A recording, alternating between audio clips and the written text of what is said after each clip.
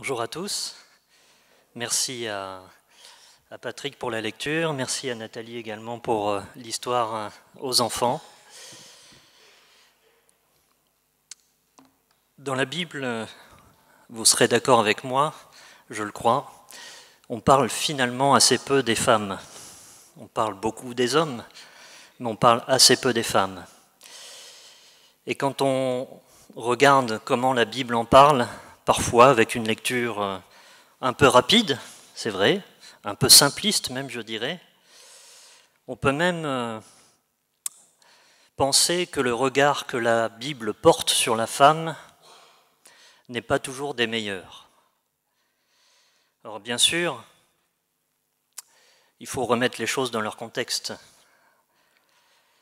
Il arrive que j'entende parfois, ici ou ailleurs, des gens qui, avec cette lecture un peu simpliste, un peu rapide, vont même tenter d'essayer de conserver la femme dans une situation, dans une condition qui date pour moi d'un autre temps.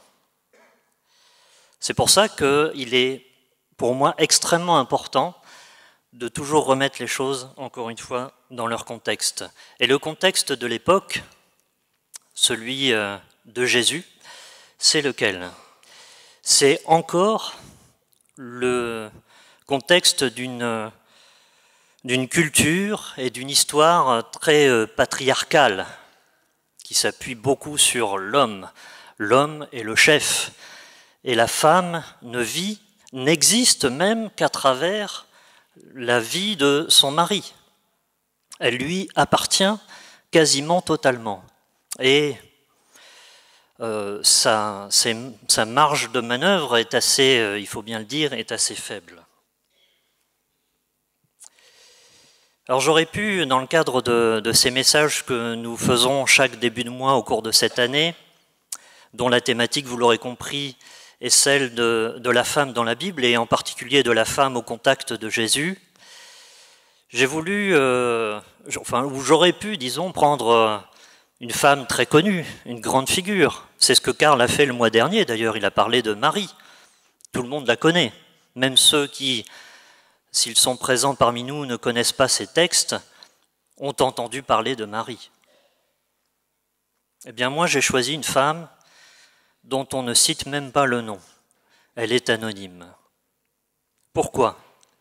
Eh bien, parce que, tout simplement, son histoire m'interpelle, parce que ce qu'elle a vécu avec Jésus, et qui est décrit ici en quelques versets uniquement, me semble tout à fait incroyable, encore une fois, compte tenu du contexte dans lequel elle se trouve.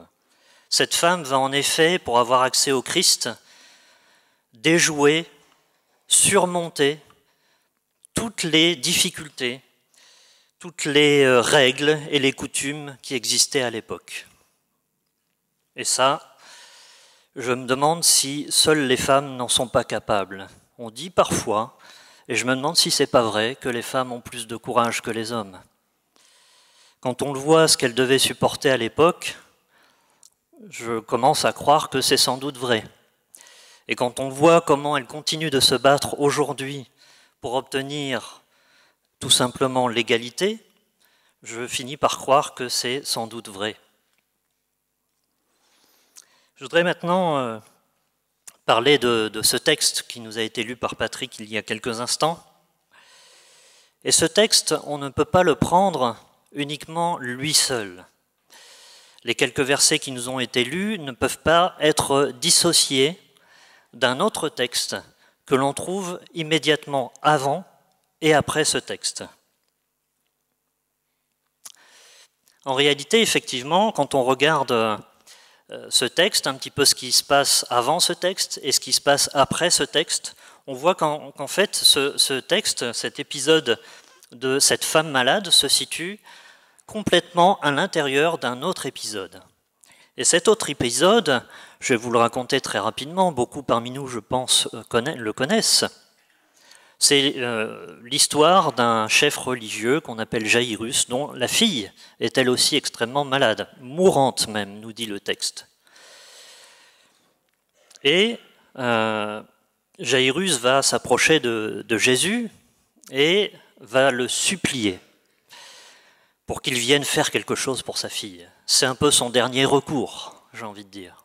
Un peu comme pour la femme qui nous intéresse dans le texte central. Donc on le voit, ce texte commence après cet épisode de la femme malade et se poursuit ensuite.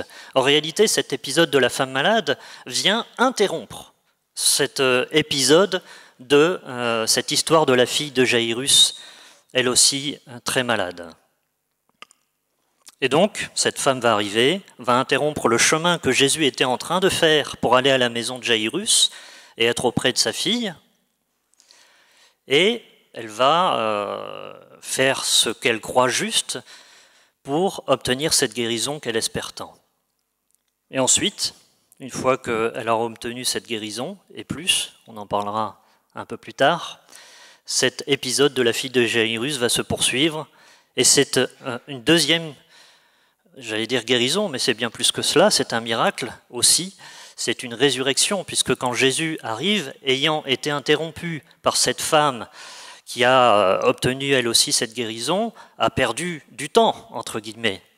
Et donc, pendant ce temps-là, la fille de Jaïrus décède, un serviteur va venir le lui dire, assez brutalement d'ailleurs, « Ta fille est morte ». On peut se dire, bah tiens, c'est parce que cette femme est venue, qu'elle a interrompu le parcours de Jésus vers la maison de Jaïrus, que sa fille, la fille de Jaïrus, décède. Donc Jésus va poursuivre jusqu'à sa maison et va ressusciter la fille de Jaïrus également. Donc ça, c'est un élément important. Ça veut dire que ces deux textes-là, on ne peut pas les séparer. C'est ensemble qu'ils vont pouvoir nous apporter un enseignement. C'est parce qu'il y a dans ces textes des similitudes et aussi des oppositions, que nous verrons ensuite, que ces deux textes nous donnent un enseignement qui peut nous parler encore aujourd'hui. Quelles sont les similitudes de ces deux textes? Eh bien, je vous le disais à l'instant, il s'agit d'abord de deux interventions extrêmement miraculeuses. Une guérison extraordinaire, puisque cette femme est malade depuis 12 ans, s'approche de Jésus, ne fait que effleurer, toucher le pan de son manteau, de son vêtement, et elle est guérie. De l'autre côté, c'est encore un cran au-dessus, j'allais dire, si on pouvait donner des niveaux au miracle de Jésus, puisque la fille de Jaïrus est morte quand Jésus arrive, et il la ressuscite. On a aussi affaire à deux femmes. Alors les esprits un peu tatillons me diront « Ah non, ce ne sont pas deux femmes, c'est une femme et une fille ». Alors ce n'est pas tout à fait juste, puisque si vous êtes attentif au texte, si vous l'avez lu, la fille de Jaïrus a quel âge? Elle a 12 ans. Il se trouve que dans la culture juive, 12 ans, c'est l'âge où on bascule à l'âge adulte. Donc cette fille devient femme aussi à ce moment-là. Donc c'est bien un point commun. Dans ce texte, il y a un lien assez fort à la mort aussi. Avec le décès de la fille de Jaïrus, bien entendu, c'est moins évident avec cette femme atteinte de perte de sang depuis aussi 12 ans, qu'on peut faire ce lien à la mort. Mais en réalité, là aussi, dans la culture juive, quelqu'un qui saigne comme ça, entre guillemets, là aussi, sans raison apparente, c'est quelqu'un qui est associé à la mort. Alors que, pour ceux qui parmi vous connaissent ce sujet, lorsqu'on faisait plutôt, et encore à cette époque-là, des sacrifices à Dieu, le sang versé ne représentait pas la mort, mais représentait bien la vie. Là, c'est parce que cette perte de sang n'a pas de sens qu'elle représente et qu'elle est liée à la mort. On a aussi dans ce texte des attitudes identiques. Jaïrus, lorsqu'il vient plaider la cause de sa fille, se jette aux pieds de Jésus. C'est ce que nous dit, pour ceux qui ont le texte, le verset 41. Si on va un peu plus loin, au verset 47, on voit que la femme guérie, elle aussi, fait exactement cette même démarche. Elle se jette aux pieds de Jésus. Mais il y a quand même une différence entre les deux. Jaïrus le fait pour supplier Jésus, alors que la femme le fait plus tard, après sa guérison, pour remercier Jésus. Donc dans une similitude, on trouve aussi une petite différence ici. Il y a, vous l'avez entendu, aussi ce lien au nombre 12. La femme est malade depuis 12 ans, atteinte de perte de sang depuis 12 ans. La fille de Jaïrus, qui devient femme, a 12 ans. Là aussi, on peut y voir symboliquement un lien. Et puis, Nathalie me disait tout à l'heure, j'espère que l'histoire que j'ai choisie va correspondre à ce dont tu vas parler. Eh bien, Nathalie, je te le confirme, tu es tombée pile poil dedans, puisque la notion du toucher, effectivement, dans ce texte, dans ces textes, dans ces deux épisodes, est également présente. Et c'est cette notion, cette thématique du toucher, qui permet aussi de relier ces deux textes. En effet, si on regarde le texte qui raconte l'épisode de cette femme malade, vous voyez ici en surbrillance le nombre de fois où le terme « toucher » dans différentes formes apparaît dans ce texte. Pour ce qui concerne la fille de Jaïrus et Jaïrus, c'est moins évident, mais ça existe quand même. Regardons dans l'épisode qui raconte la résurrection de la fille de Jaïrus. À un moment donné, Jésus va s'approcher de cette fille décédée, va la toucher en lui saisissant la main. Donc là, on retrouve aussi effectivement cette thématique du toucher. Le lien entre ces deux textes est fait aussi grâce à cette thématique extrêmement puissante et forte dans ce texte. On peut lier des textes par des similitudes, des ressemblances, mais on peut aussi le faire par des oppositions. Et ici, il y a effectivement aussi des différences entre ces deux textes. Et c'est bien ces différences également qui vont nous permettre de faire ressortir un enseignement important. Alors, quelle différence peut-on noter entre ces deux textes? Si on regarde les personnages, on a d'un côté Jaïrus. Qui est-il ce Jaïrus? Ou Jaïros en grec. Qui est-il? Il est, nous dit le texte, le chef de la synagogue. C'est donc un responsable religieux. On peut penser qu'il est quand même assez connu. La preuve en est, c'est que quand il intervient auprès de Jésus, il le supplie, on a l'impression dans le texte que tout s'arrête. Cette foule immense qui accompagnait Jésus, Jésus lui-même est bousculé, les gens qui l'accompagnent le sont également, et pourtant, quand Jaïrus intervient, le temps semble s'arrêter. Tout le monde semble s'arrêter parce qu'il interpelle Jésus. Ça peut nous faire penser que, étant le chef de cette synagogue, il est relativement connu, il est sans doute extrêmement respecté, on l'écoute. Lui et sa famille, sa fille en particulier, appartiennent sans doute à l'élite, à une famille convenable, comme on pourrait dire, pieuse, bien pensante. Ils sont sans aucun doute au sommet de cette hiérarchie, de cette société à la fois civile et religieuse. Ils sont donc dans la sphère d'une notoriété relativement importante. Si on regarde la femme atteinte de perte de sang, sa situation est bien différente. D'abord, c'est une femme. Je le rappelais tout à l'heure en introduction, la condition de la femme à cette époque-là n'est pas du tout la même que celle d'aujourd'hui. Même si, je le disais également, il y a encore une marge de progression. À l'époque, les femmes, encore une fois, n'existaient qu'au travers leur mari.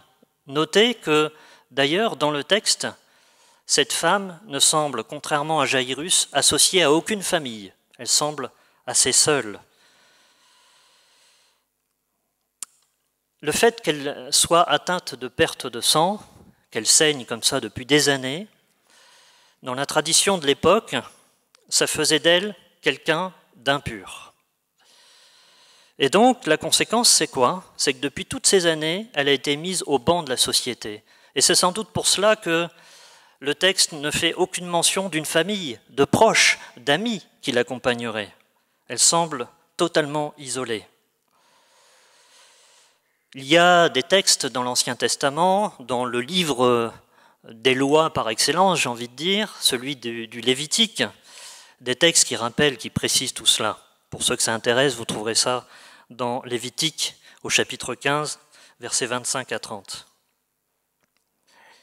Et donc, dans sa condition d'impureté, il était totalement impensable que cette femme puisse s'approcher de quelqu'un ou même de quelque chose pour le toucher, parce qu'elle aurait alors envoyé, transmis son impureté aux personnes qu'elle touche et aux objets qu'elle touche. La notion d'impureté des objets existe aussi, et c'est parfaitement décrit dans le livre du Lévitique.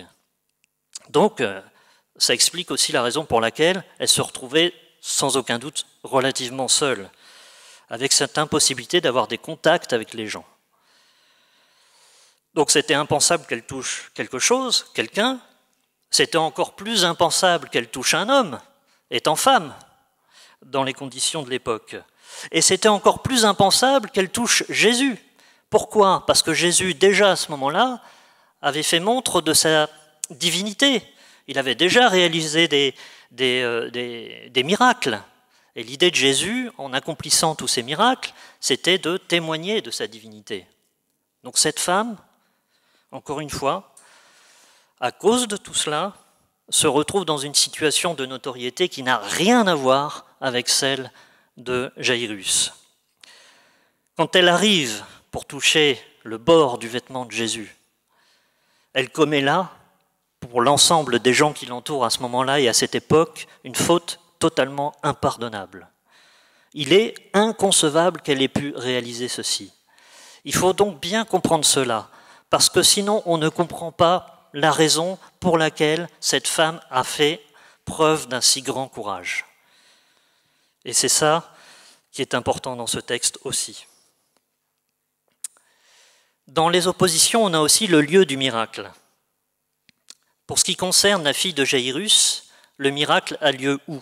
Il a lieu dans la maison de Jairus, dans l'intimité de sa famille. Il n'y a que Jésus, quelques proches avec lui, ceux qu'on appelle les disciples, et encore pas tous, et sa fille, sa femme est là également. Donc voilà, lui, ça se fait encore une fois dans l'intimité. Quand on regarde ce qui se passe pour cette femme malade, ça se fait où? Ça se fait dehors, au milieu de la foule. Ça augmente encore le courage dont elle a dû faire preuve. Il est sans doute plus simple de faire ce genre de démarche, de vivre ce genre de démarche dans l'intimité qu'en public, au milieu de tout le monde.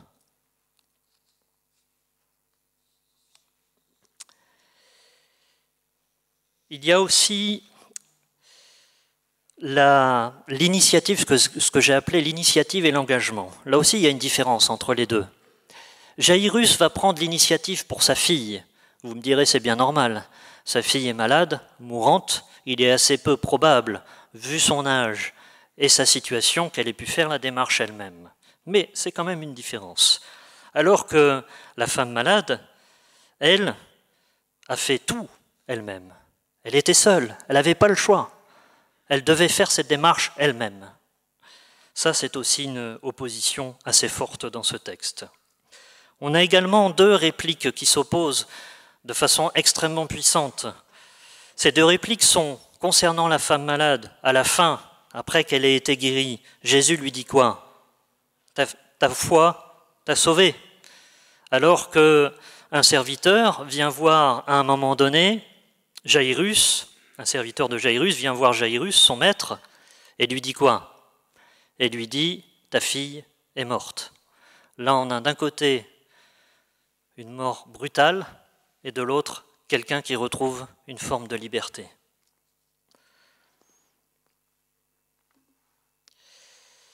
Un autre lien qui permet de se faire rencontrer ces deux textes, c'est cette forte tension dramatique qui existe pour l'ensemble de ces textes, de ces deux récits. La mort est présente, on l'a déjà dit. Le temps est compté, surtout pour ce qui concerne la fille de Jairus. On sent cette pression du temps. Pour autant, Jésus, ayant été touché par cette femme, va s'arrêter, alors que le temps compte pour le salut de cette fille de Jairus. Ça crée évidemment cette notion de tension. Et puis, on a aussi un fort sentiment d'injustice. En tout cas, moi, quand je lis ce texte, c'est ce que je ressens. Surtout quand on prend du recul et qu'on essaie de comprendre ce texte dans notre société d'aujourd'hui. À l'époque, encore une fois, ça devait sans doute moins choquer qu'aujourd'hui. Mais avec le recul, cette injustice, moi, me saute aux yeux. Elle est une femme, premier élément, elle est anonyme, alors que Jairus, lui, est connu de tous. Elle est malade depuis très longtemps. Elle a fait un tas de démarches, y compris auprès de médecins, qui n'ont pas réussi à la sauver, à la soigner. Elle est confrontée à ce personnage qui, lui, est au contraire d'elle extrêmement considéré. D'ailleurs, au passage, Jairus a sans doute un petit peu profité de sa situation pour avoir accès à Jésus. Et puis, malgré tout cela, malgré tous ces obstacles, elle a encore une fois le courage de cette démarche, en se dévoilant totalement. Peut-être qu'elle n'imaginait pas au départ que Jésus allait comme ça l'exposer à la foule, mais c'est ce qui va se passer malgré tout. Et donc ça, encore une fois, au milieu de cette grande foule, ça témoigne d'un courage assez incroyable. Alors vous me direz, tout ça c'est bien joli, les liens entre ces deux textes, les oppositions entre ces deux textes, mais l'idée c'est quoi? Pour moi, l'idée de ces deux épisodes, encore une fois, c'est d'apprendre à connaître Jésus. Et c'est ce qui s'est passé, notamment pour cette femme. Au travers de l'expérience incroyable qu'elle a vécue, elle a fini par apprendre à connaître quelqu'un qu'elle ne soupçonnait peut-être même pas.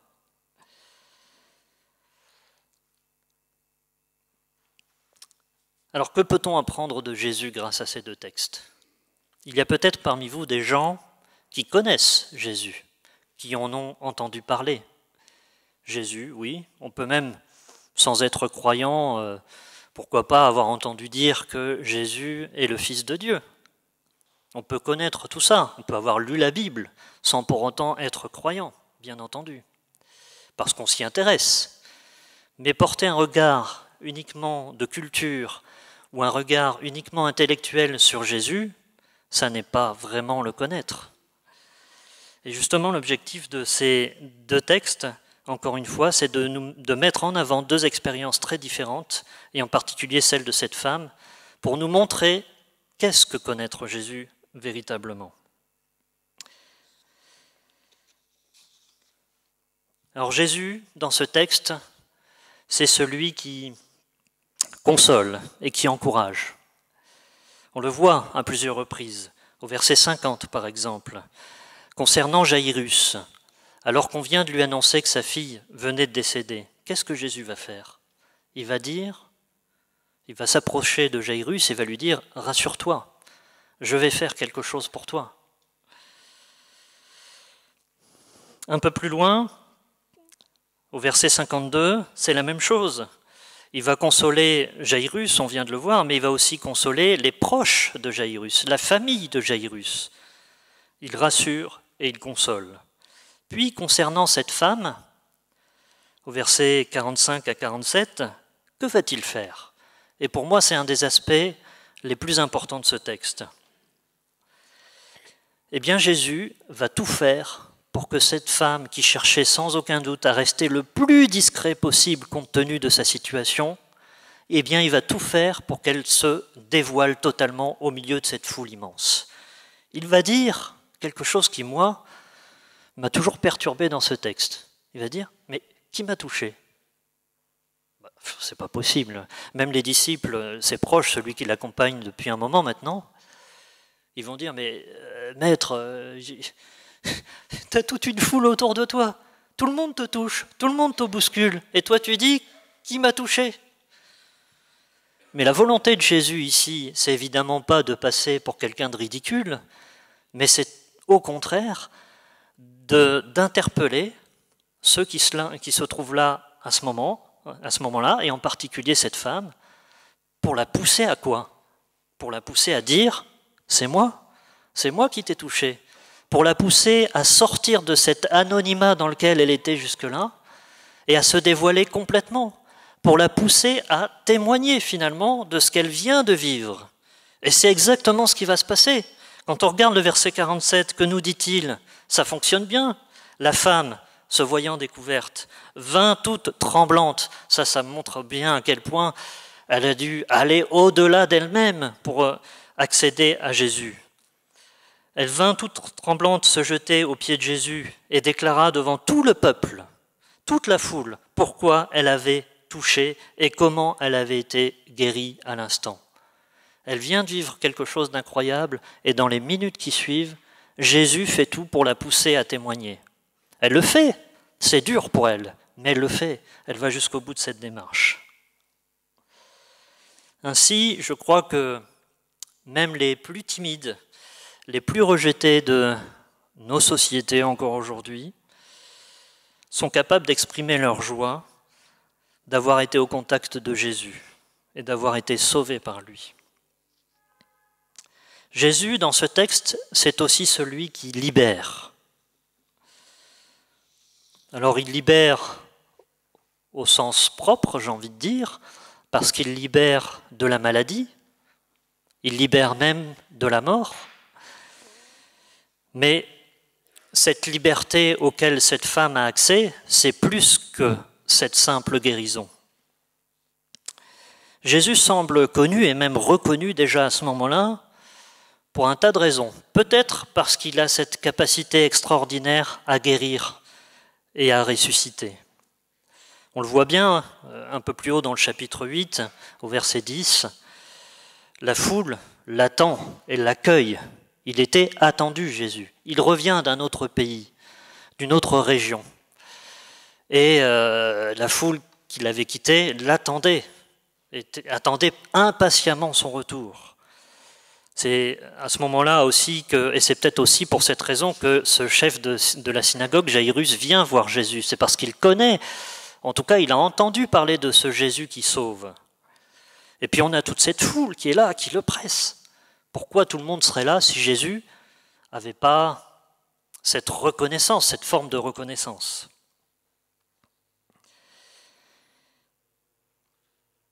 Jésus, c'est aussi celui qui sauve et qui transforme. Par la guérison, encore une fois, par la résurrection.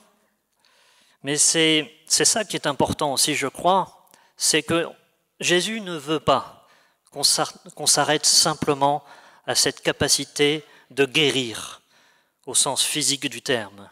Il veut que ceux qui l'entourent à ce moment-là, et nous-mêmes aujourd'hui, nous voyions plus loin que cela.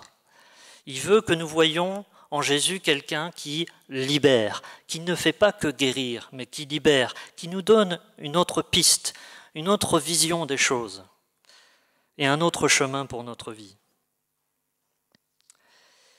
Pour Jésus, les miracles étaient évidemment essentiels parce qu'il devait révéler sa personnalité divine, sa divinité.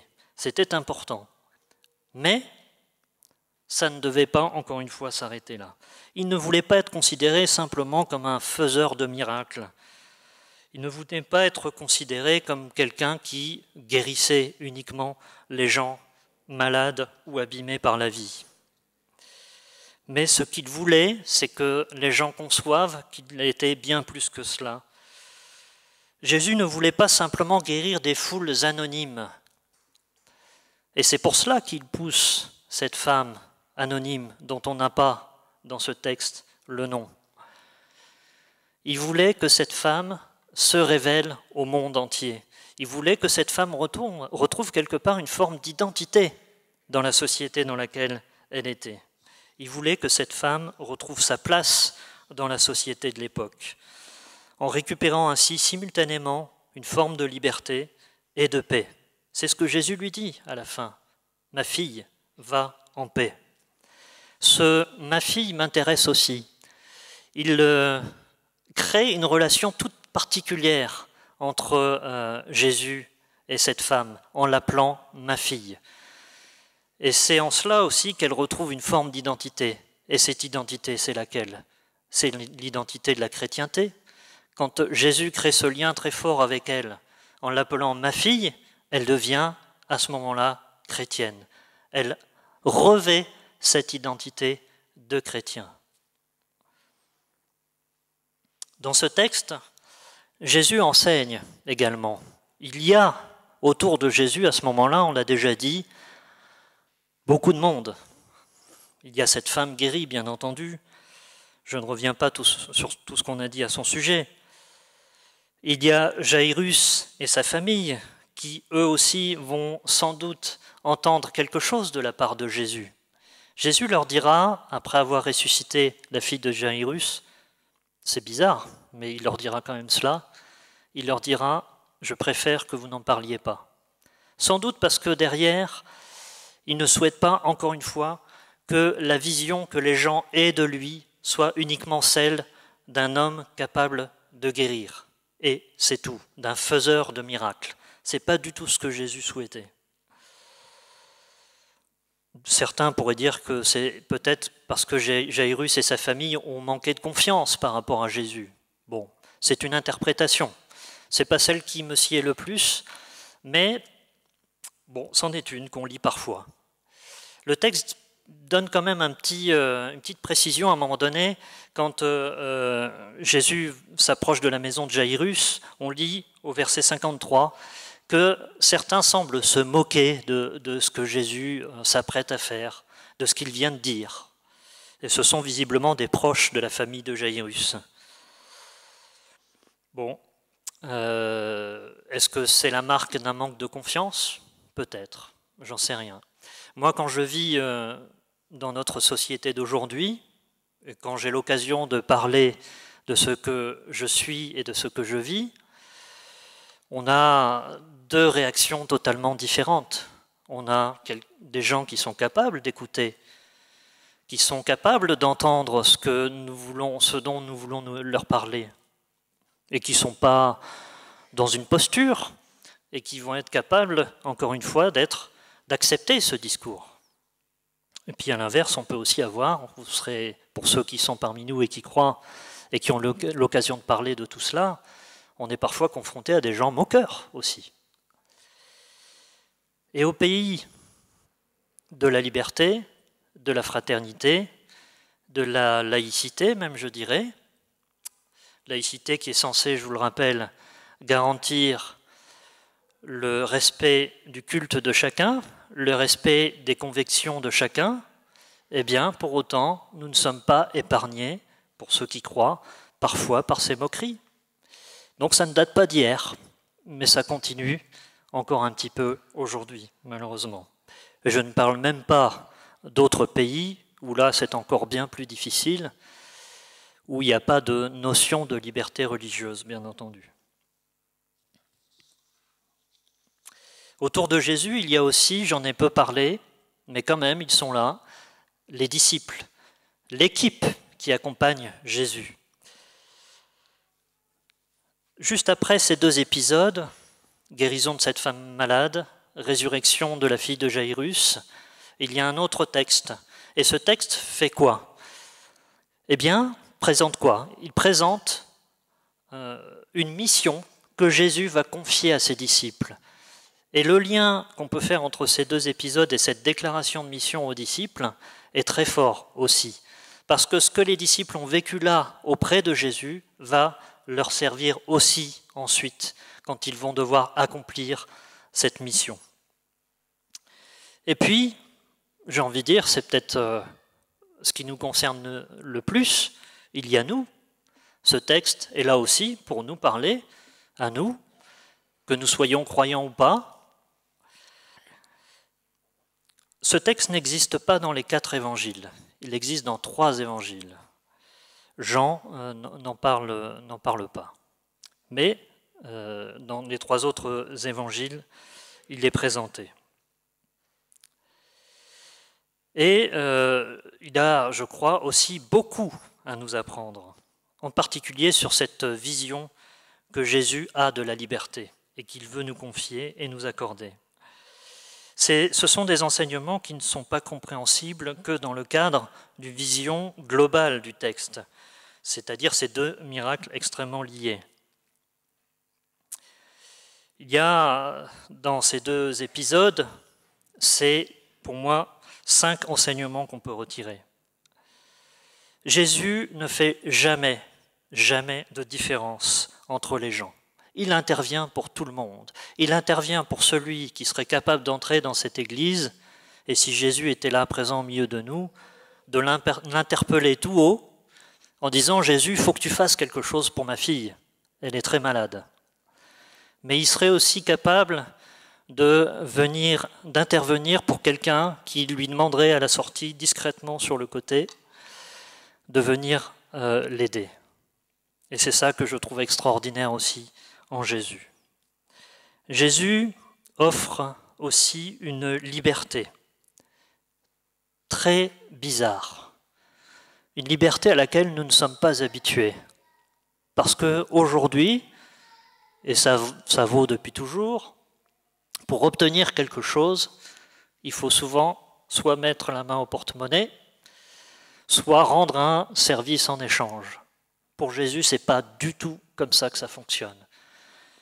Jésus nous offre une liberté qui est totalement gratuite. Il n'y a qu'une seule chose à faire, c'est aller vers lui, accepter ce qu'il est ou ce qu'il peut être pour chacun d'entre nous.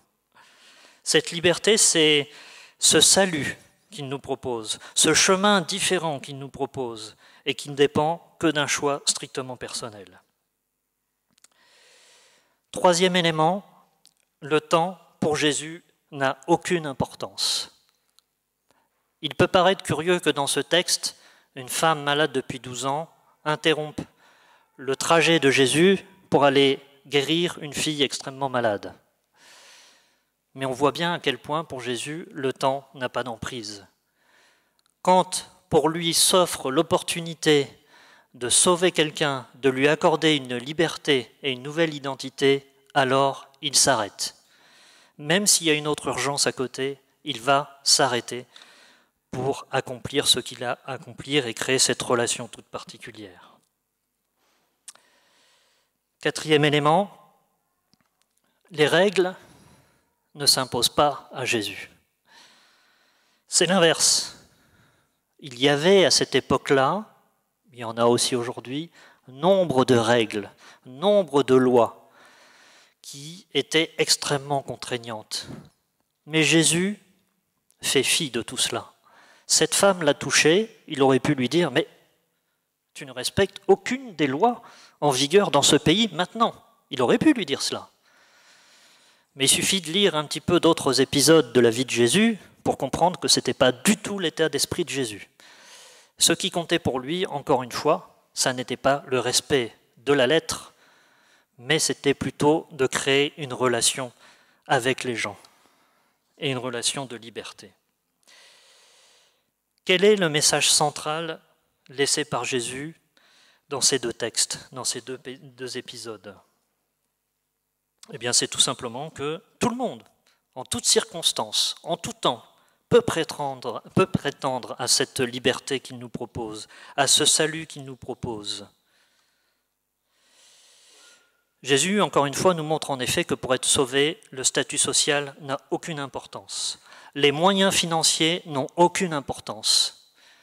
Jaïrus avait sans doute bien plus les moyens que cette femme. Pour autant, Jésus ne fait aucune différence à ce niveau-là. Pour Jésus, le temps ne compte pas. Il prend le temps d'être auprès des gens quand ils en ont besoin. Pour Jésus, les préjugés et les règles ne comptent pas non plus. Ça n'est pas pour lui le plus important. Ainsi, les miracles réalisés par Jésus sont aussi un moyen de mieux le découvrir et de mieux le connaître, vraiment le connaître. Tout le récit laissé par les évangiles est une invitation pour chacun d'entre nous, croyants, non-croyants, à découvrir ou à progresser dans cette véritable connaissance de celui qui nous offre la chance de notre vie. Et quoi de mieux que d'apprendre à connaître Jésus pour l'accepter comme celui par qui et pour qui nous pouvons vivre? Le plus important, c'est ma conviction, c'est d'être personnellement assuré que seul Jésus est capable de faire changer notre conception de la vie et de lui donner un sens totalement différent, nouveau. Cependant, notre quête de connaissance intellectuelle, de curiosité même, ne doit pas non plus devenir un frein à cet engagement. Rappelons-nous en effet avec quelle rapidité la femme malade comprend que seul Jésus peut transformer sa vie. Elle lui fait immédiatement confiance et sait qu'il est son unique chance de s'en sortir. Il lui reste ensuite du temps pour apprendre à mieux connaître Jésus. Ce qui compte, c'est la démarche, c'est l'initiative, c'est l'engagement. Ensuite, on continue le cheminement pour progresser dans cette relation. Certes, faire le choix de suivre le Christ demande, surtout aujourd'hui, un peu comme à l'époque, mais pour des raisons extrêmement différentes, une véritable démarche. Quelque chose d'extrêmement volontaire. Et même, comme cette femme l'a expérimenté, une forme de courage. Mais est-ce que le monde d'aujourd'hui ne se construit pas non plus par le courage des femmes et des hommes? Dans ce texte, il y a cette phrase de Jésus qui dit « Une force est sortie de moi ». Pour moi, cette phrase témoigne profondément de la réalité de la vie du chrétien. Ce n'est pas juste un choix qu'on fait à un moment donné, mais c'est quelque chose qui se poursuit ensuite et qui crée quelque chose en effet d'extrêmement fort entre Jésus et l'humanité.